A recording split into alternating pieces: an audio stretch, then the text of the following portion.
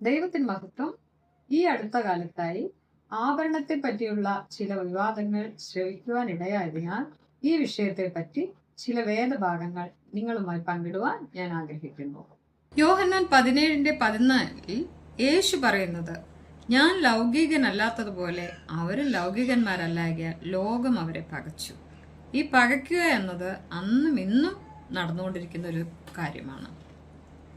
അപ്പോസ്തല പ്രവൃത്തി 2:38 അപ്പോസ്തലനായ പത്രോസ് ഒന്നാമതായി പറയുന്നത്, നിങ്ങൾ മാനസാന്തരപ്പെട്ട് നിങ്ങളുടെ പാപമോചനത്തിനായി ഓരോരുത്തൻ യേശുക്രിസ്തുവിന്റെ നാമത്തിൽ സ്നാനം ഏറ്റാൽ നിങ്ങൾക്ക് പരിശുദ്ധാത്മാവ് എന്ന ദാനം ലഭിക്കുമെന്നാണ്.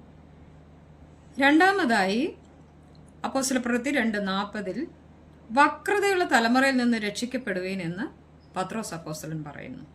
അപ്പോസ്തല പ്രവൃത്തി 2:42 അവർ അപ്പോസ്തലന്മാരുടെ ഉപദേശം കേട്ടും കൂട്ടായ്മ ആചരിച്ചും പോയി. ഈ ഉപദേശം തന്നെയാണ് 1 പത്രോസ് 1:14 പത്രോസ് ശക്തമായി പറയുന്നത്. പണ്ട് നിങ്ങളുടെ അജ്ഞാനകാലത്തുണ്ടായിരുന്ന മോഹങ്ങളെ മാതൃകയാക്കാതെ നിങ്ങളെ വിളിച്ച വിശുദ്ധനൊത്തവണ്ണം എല്ലാ നടപ്പിലും വിശുദ്ധരായിരിപ്പീൻ. നിങ്ങളുടെ അലങ്കാരം തലമുടി പിന്നുന്നതും പൊന്നണിയുന്നതും വസ്ത്രം ധരിക്കുന്നതും ഇങ്ങനെ പുറമേയുള്ളതല്ല. ഈ ഉപദേശം 1 തിമോത്തിയോസ് 2:9-10 വരെയുള്ള വാക്യഭാഗങ്ങളിലും കാണാം. തിമോത്തിയോസിൽ പറഞ്ഞ വസ്ത്രം എന്നത് വിലയേറിയ ആഡംബര വസ്ത്രത്തെ പറ്റിയാണ്. ഇനി 2 കൊരിന്ത്യർ 7:1 അപ്പോസ്തലനായ പൗലോസ് പറയുന്നത്, ഈ വാഗ്ദത്തങ്ങൾ നിങ്ങൾക്കുള്ളതുകൊണ്ട് ജഡത്തിലെയും ആത്മാവിലെയും സകല കന്മഷവും നീക്കി നിങ്ങളെ വെടുപ്പാക്കി വിശുദ്ധിയെ തികയ്ക്കണം. എന്താണ് ഈ വാഗ്ദത്തം? 2 കൊരിന്ത്യർ 6:14-18 വരെയുള്ള വാക്യഭാഗങ്ങളിൽ ഇത് കാണാം. ഒന്നാമത്തെ വാഗ്ദത്തം, ഞാൻ അവരിൽ വസിക്കുകയും അവരുടെ ഇടയിൽ നടക്കുകയും ചെയ്യും. ഞാൻ അവർക്ക് ദൈവവും അവർ എനിക്ക് ജനവുമാകും. രണ്ടാമത്തെ വാഗ്ദത്തം, ഞാൻ നിങ്ങളെ കൈക്കൊണ്ട് നിങ്ങൾക്ക് പിതാവും നിങ്ങൾ എനിക്ക് പുത്രന്മാരുമാകും. ഈ 2 വാഗ്ദത്തങ്ങൾ ലഭിക്കണമെങ്കിൽ വക്രതയുള്ള തലമുറയിൽ നിന്ന് വേർപെട്ടിരിക്കണം. അശുദ്ധമായത് ഒന്നും തുടരുത്. ദൈവം തന്റെ ജനത്തിനോടുള്ള തീഷ്ണത ഇവിടെ വെളിപ്പെടുത്തുന്നതായി കാണാം. പുറപ്പാട് 33:3-6 വരെയുള്ള വാക്യഭാഗങ്ങളിൽ ഇത് കാണാൻ സാധിക്കും. അശുദ്ധം പ്ലസ് ആയത്, അശുദ്ധമായത്. ഒരിക്കൽ ഈ സ്വർണം എന്നത് അശുദ്ധം, ആഭരണം എന്നത് അശുദ്ധം ആയതാണ്. ആ അശുദ്ധമായത് തുടരുത്. യെശയ്യാ 52:8-12 വരെയുള്ള വാക്യങ്ങളിലും വിട്ടുപോരുവിൻ അശുദ്ധമായതൊന്നും തുടരുത് എന്ന് കാണാം. യാക്കോബ് 2:2 മോടിയുള്ള വസ്ത്രവും പൊന്മോതിരവും ധരിച്ചു വരുന്ന ഒരു ധനവാനെ പറ്റി അവിടെ പരാമർശിക്കുന്നുണ്ട്. ആ ധനവാനെ പറ്റി എങ്ങനെയാണ് പരാമർശിക്കുന്നത്? ഇങ്ങനെയുള്ളവരാണ് നിങ്ങളെ പീഡിപ്പിച്ച് ന്യായാസനങ്ങളിലേക്ക് ഇഴച്ചു കൊണ്ടുപോകുന്നത് എന്നാണ്.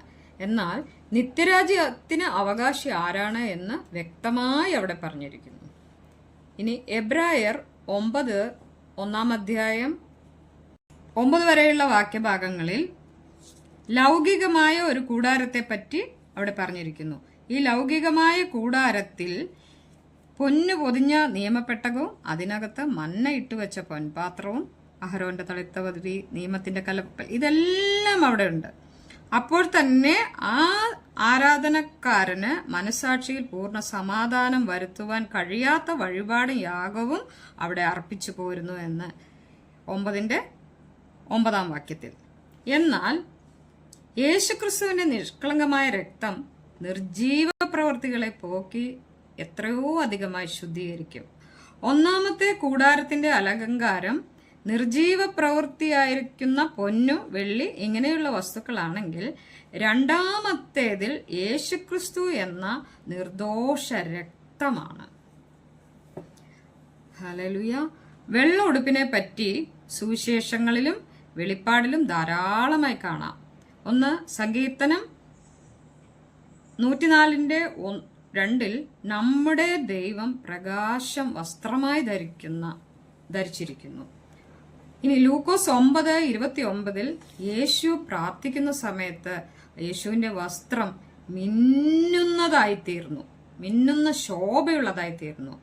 ലൂക്കോസ് 24:4 ദൈവദൂതന്മാരെ ആ കല്ലറയിൽ കണ്ടപ്പോൾ അവർ മിന്നുന്ന വസ്ത്രം ധരിച്ച ദൂതന്മാരാണെന്ന് കാണിക്കുന്നു. വെളിപ്പാട് 18:2 ദൂതന്റെ തേജസ് ഭൂമിയെ നിറച്ചിരുന്നു. വെളിപ്പാട് 7:9 മഹാപുരുഷാരം വെള്ള നിലയങ്കി ധരിച്ചിരുന്നു.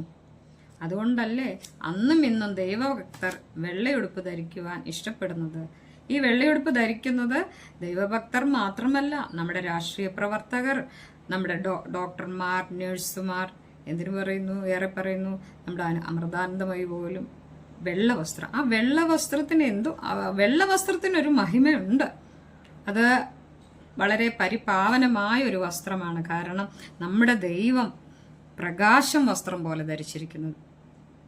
പിന്നെ അതുമാത്രമല്ല, ചില പള്ളിയിലച്ചന്മാരും വെള്ളവസ്ത്രമല്ലേ അവരും ധരിക്കുന്നത്. അപ്പൊ ഈ വെള്ളവസ്ത്രത്തിന് ഒരു പ്രത്യേകത ഉള്ളത് കൊണ്ട് തന്നെയാണ് വെള്ളവസ്ത്രം ധരിക്കാൻ ഭക്തർ ഇഷ്ടപ്പെടുന്നത്. എന്നാൽ വെളിപ്പാട് 17:4 പറഞ്ഞിരിക്കുന്ന സ്ത്രീ ധൂമ്രവർണവും കടും ചുവപ്പ് നിറവുമുള്ള വസ്ത്രം ധരിച്ച് പൊന്നും രത്നവും മുത്തും അണിഞ്ഞവളായി സ്വർണ്ണ പാനപാത്രം കയ്യിൽ പിടിച്ചിരുന്ന് മ്ലേച്ഛതയും അശുദ്ധിയും നിറഞ്ഞ സ്വർണ്ണ പാനപാത്രം കയ്യിൽ പിടിച്ചിരിക്കുന്നു. അപ്പൊ അത് മ്ലേച്ഛതയും അശുദ്ധിയും. അതുപോലെ തന്നെ യെഹെസ്കേൽ 16-ാം അധ്യായത്തിൽ യെരുശലേമിന് വരുന്ന കഷ്ടതകൾ, ആ 16-ാം അധ്യായം മൊത്തം നോക്കിയാൽ ആ തിരിഞ്ഞുപോയ ദൈവത്തിൽ നിന്ന് മാറിപ്പോയ യെരുശലേമിനെ പറ്റി ദൈവം വളരെ വ്യസനിക്കുന്നതായി കാണാം. അവിടെ പറഞ്ഞിരിക്കുന്ന, അവർ നിന്റെ വസ്ത്രമഴിച്ച് നിന്റെ ആഭരണങ്ങളെ നീക്കി നിന്നെ നഗ്നയും അനാവൃതയും ആക്കുമെന്നാണ്. യെശയ്യാ 16:57 യെഹെസ്കേൽ 16:57 നിന്റെ ദുഷ്ടതയും മ്ലേച്ഛതകളും നീ വഹിക്കുന്നു എന്നാണ്. മത്തായി 22:14 പറഞ്ഞിരിക്കുന്ന പോലെ വിളിക്കപ്പെട്ടവർ അനേകർ, തിരഞ്ഞെടുക്കപ്പെട്ടവരോ ചുരുക്കം. 2 തിമോഥെയോസ് 3-ാം അധ്യായം 16-17 വാക്യങ്ങളിൽ ദൈവത്തിന്റെ മനുഷ്യൻ സകല സൽപ്രവൃത്തിയിലും തികഞ്ഞവനാകേണ്ടതിന് ഉപദേശത്തിനും ശാസനത്തിനും ഗുണീകരണത്തിനും നീതിയോട് അഭ്യാസം പ്രാപിച്ച് മുന്നോട്ടു പോകുവാൻ ദൈവം ഇഷ്ടപ്പെടുന്നു. ദൈവത്തിന് മഹത്വം. ആമേൻ.